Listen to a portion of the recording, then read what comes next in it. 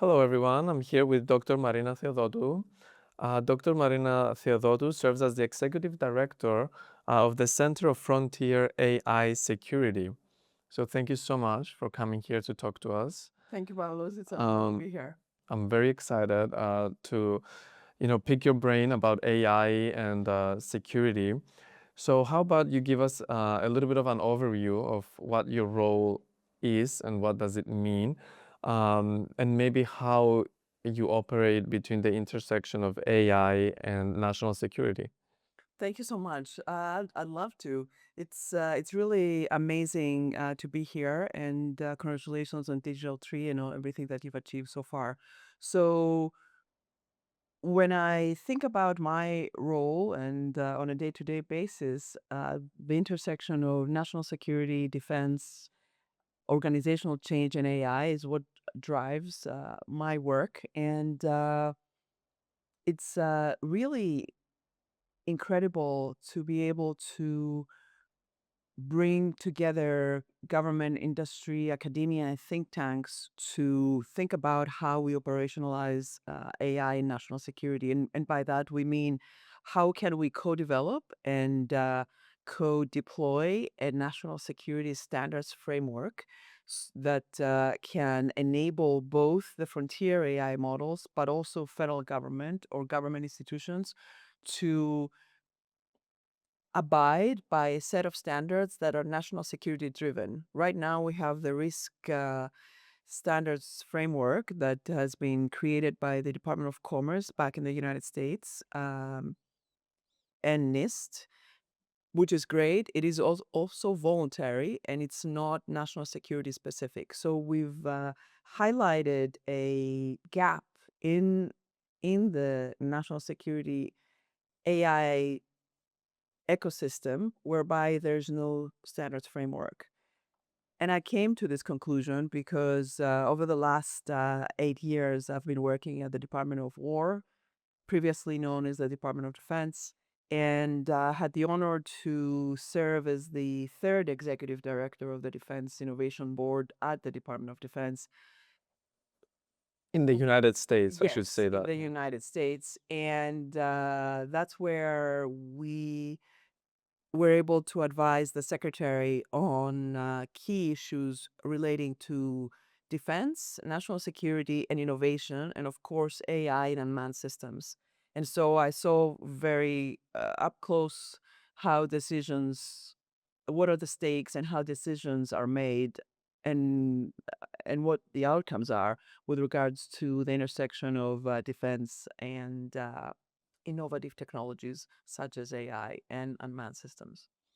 So right now, the moment we Yeah, speak, how is AI being used for defense purposes?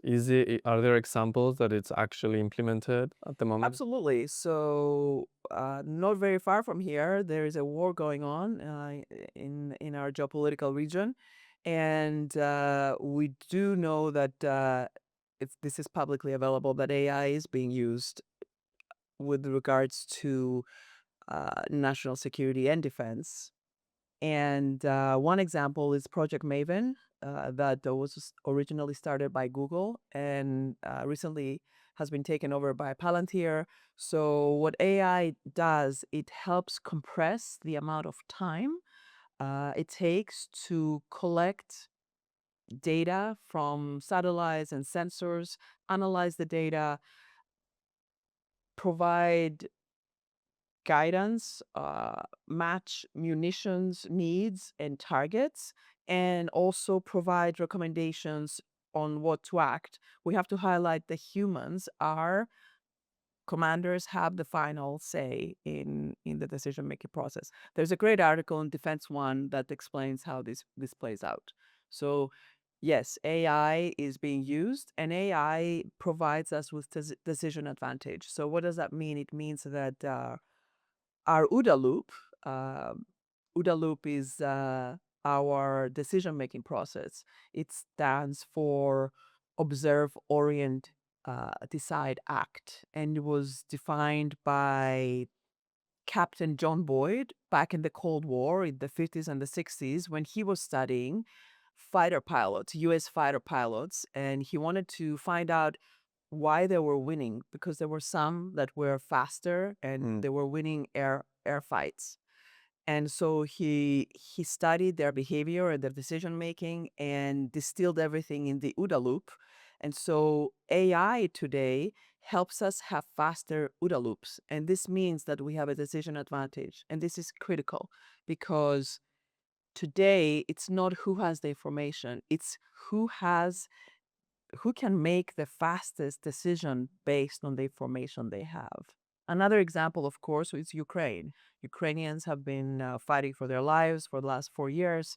They have been able to completely transform the way we fight wars by incorporating unmanned systems, drones as we call them, in day to day, and AI. Wow. So you highlighted some of the benefits of using AI in decision making for national security purposes. Are there any risk that nations should be thinking about before implementing such technologies?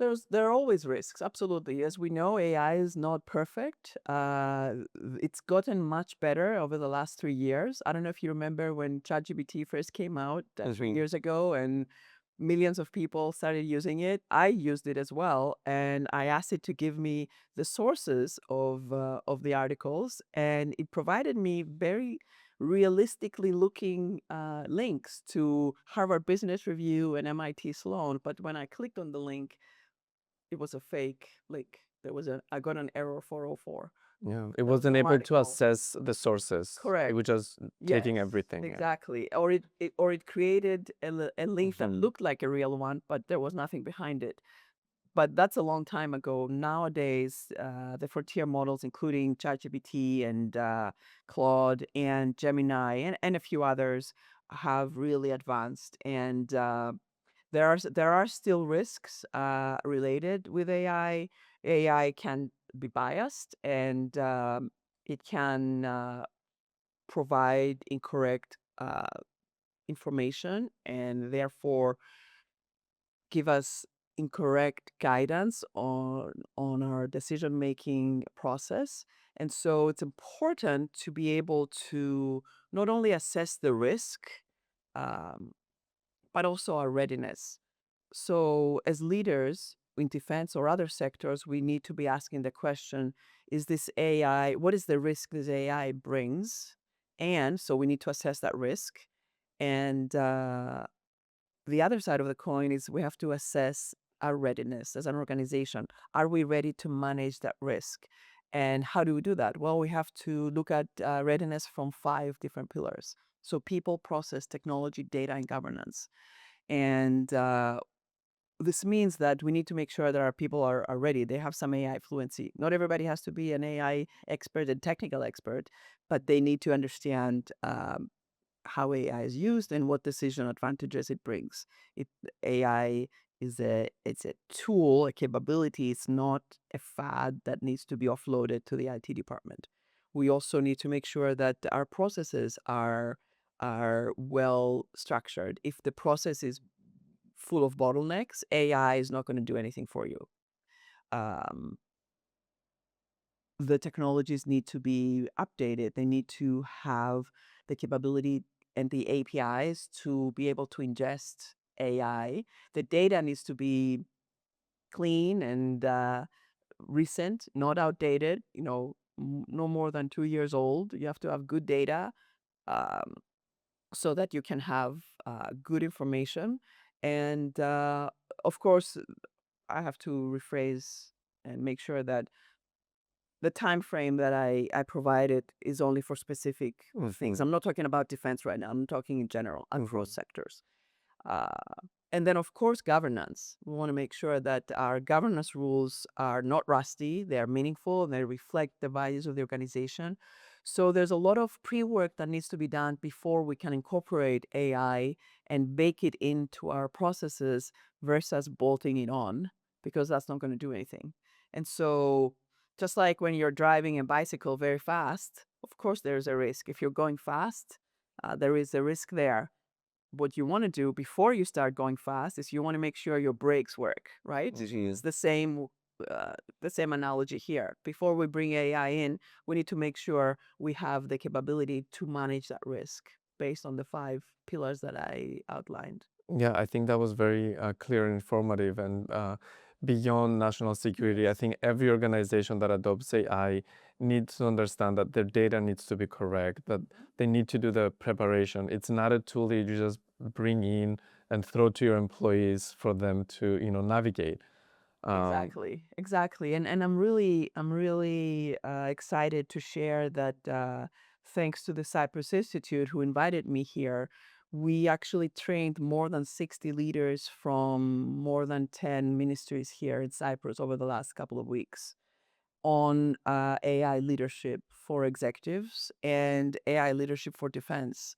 And we're talking about exactly these things. We're giving them some initial AI fluency uh, capabilities and a path so that they can build from there and strengthen their AI fluency as they continue to lead AI within the Cyprus government.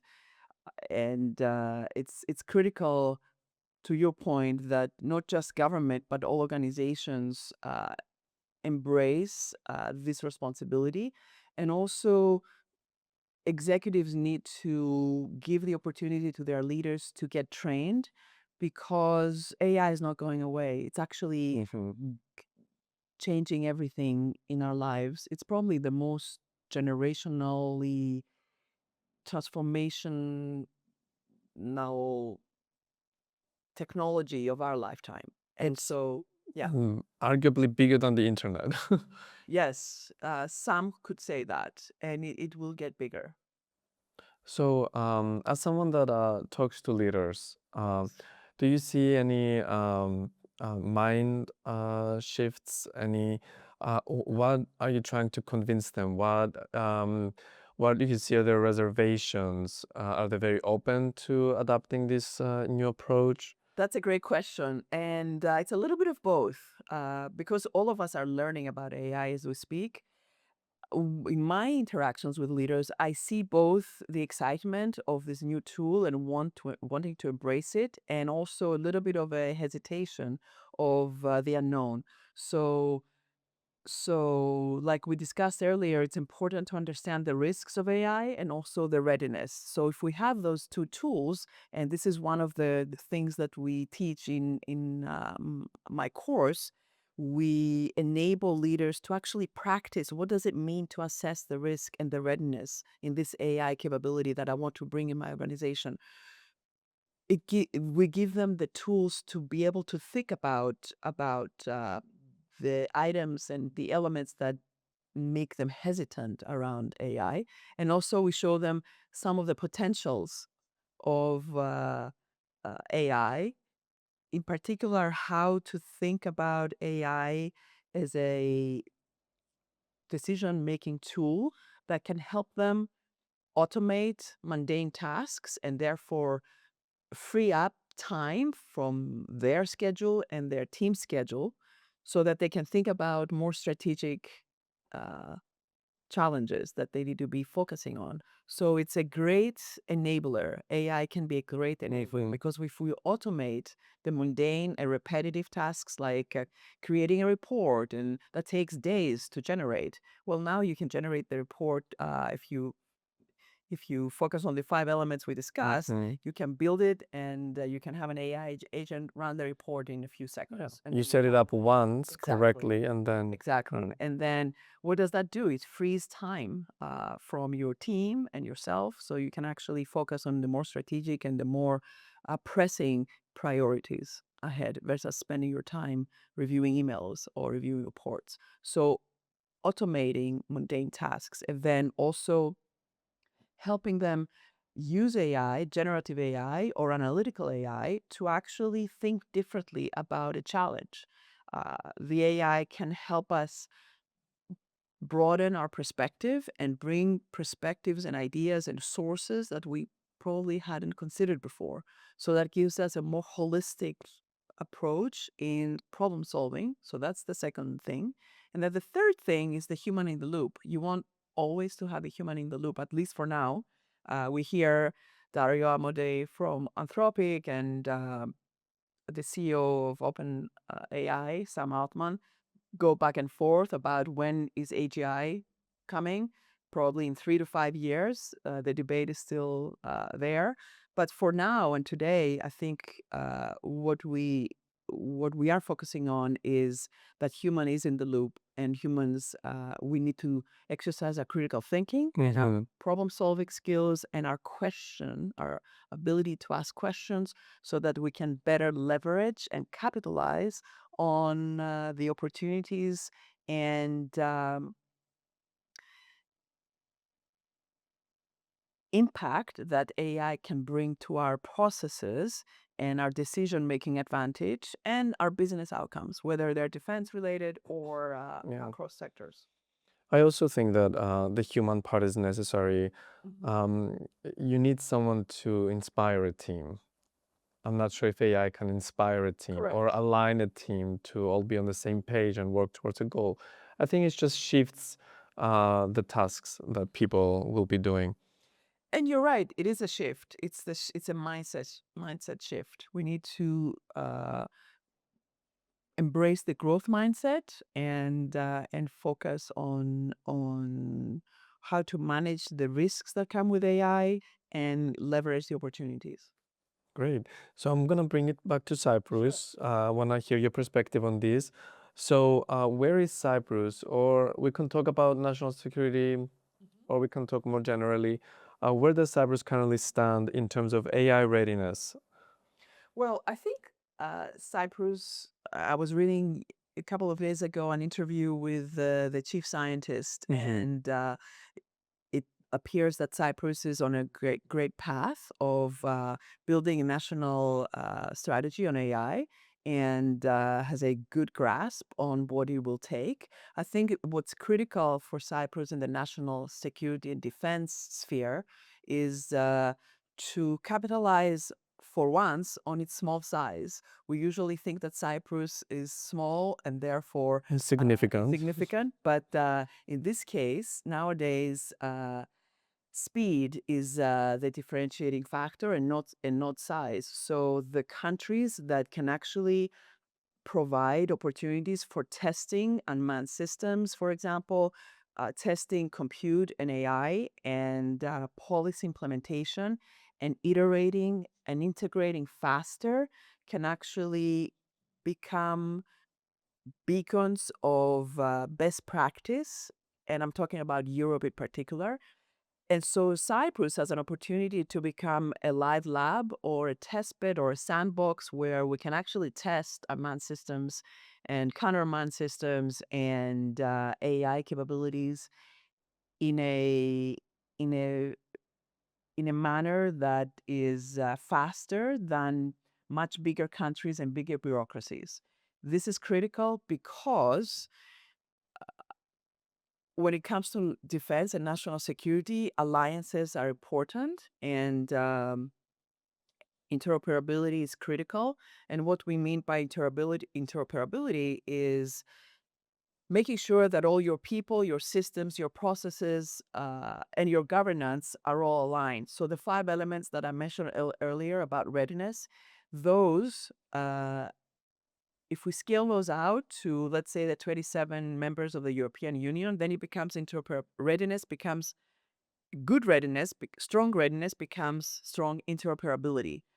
You don't want to be making AI decisions individually as a country when it comes to national defense. You want to coordinate with your allies and partners. And so interoperability is key. But to get to interoperability, as you highlighted earlier, it's a lot of work to make sure that people, processes, technologies, data, and governance rules align. So sandboxes or smaller countries that can actually serve as test beds to implement all of this become advantageous. And so Cyprus has a distinct opportunity. And so if it invests in the right programs around manned systems and compute power and policy implementation, it can become not only a participant, but also a convener and a node in within the region and within the Union, the European Union, which is a critical component. So that's where I think Cyprus has a key opportunity, and the time is now. Yeah, especially now the groundwork has been done with, we have a lot of tech companies. As you said, Dr. Skouridis has an ongoing AI strategy. Mhm. There is a big Mhm. opportunity here. Absolutely. There are about 30 companies that are, they're part of the nascent Cyprus defense industry, but there's a lot of potential. They're doing some great work. We know several of them, including Sigma Generics. We also have Swarmly and a few others that are actually already quite successful with their products and services. So the key here is that Cyprus can be the integrator. You can build all of these components into a stack and be able to integrate it in bigger systems that are produced by other countries. And so AI is a key differentiator. You don't have to build big, exquisite armaments to be significant now and in the near future in national security. But what you can do is become agile in AI and unmanned systems and integrating sensors and capabilities relating to and supporting AI in national defense, and use your agility to actually make a difference. Wow. So you've been recognized, rightfully, with leadership awards, and you're shaping policy at a very high level. What drives you personally in this work? Why are you passionate about this topic? Thank you. That's a great question. I'm passionate about making a difference, and I think I'm a lifelong learner, and I want to make sure that I can bring my expertise in organizational change and defense, and make a difference in the realm of AI, so that we can enable leaders to make faster and better decisions. Because in the end, the the organization, the country, the leaders that make faster and better decisions actually have the overall advantage. So that's what drives me. I want to make sure that just like Mark Andreessen said a few months ago, I want to make sure that the world runs on a US and allied AI stack versus a China AI stack. Okay, so looking ahead the next 5 or 10 years, where should we be paying attention, or where do you see things going? Maybe we covered it a little bit before, but Mhm. you can use this as your closing remark for Sure. this Thank you, conversation. Pavlos. I'm not a futurist, so I'm not going to make any big statements, but I think it's important for us to always continue to learn. I think that's one of the key messages I want to leave our audience today is keep learning. AI is changing very fast, and in order to retain decision advantage, we have to be ready. Remember the analogy with the bicycle. If we want to go fast on that bicycle or any other vehicle, we need to make sure that our brakes are working, so our readiness is in place. So looking ahead, I think AI will continue to uh, infiltrate everything we do, the way we learn, the way we live, the way we do business, the way we fight. And it will be important for us to balance the strength that AI gives us and as a force multiplier with our humanity. So we need to make sure that we continue to strengthen our critical thinking skills, our creativity, and our empathy, and our ability to connect as humans. I think being human down the line will be a critical component in this human AI symbiosis that we will likely see happen in the next few years. Dr. Marina Theodotou, thank you so much for joining us today. It was an absolute honor. You'll be talking at the Delphi Economic Forum in Delphi in April 22 to 25th. So is this open to the public? Can anybody come and listen to your speech, or is it? Pavlos, thank you so much for inviting me here. It's been great. I really enjoyed the conversation and your great questions. Yes, Delphi Economic Forum is an incredible setting and a platform that has been around for over 10 years now. And uh, it's a great conference. I have the honor to be speaking there on the 23rd. I have a panel and also a roundtable discussion. And I'm looking forward to engaging with other leaders from the region and the world in discussing key priorities and key challenges and opportunities around defense and AI and organizational change, and does that mean? Excellent. Looking forward to it. Thank you. Thank you so much. Thank you, everybody, for watching. You can follow us on YouTube, on Spotify, and you can read our articles at fastforward.com.cy.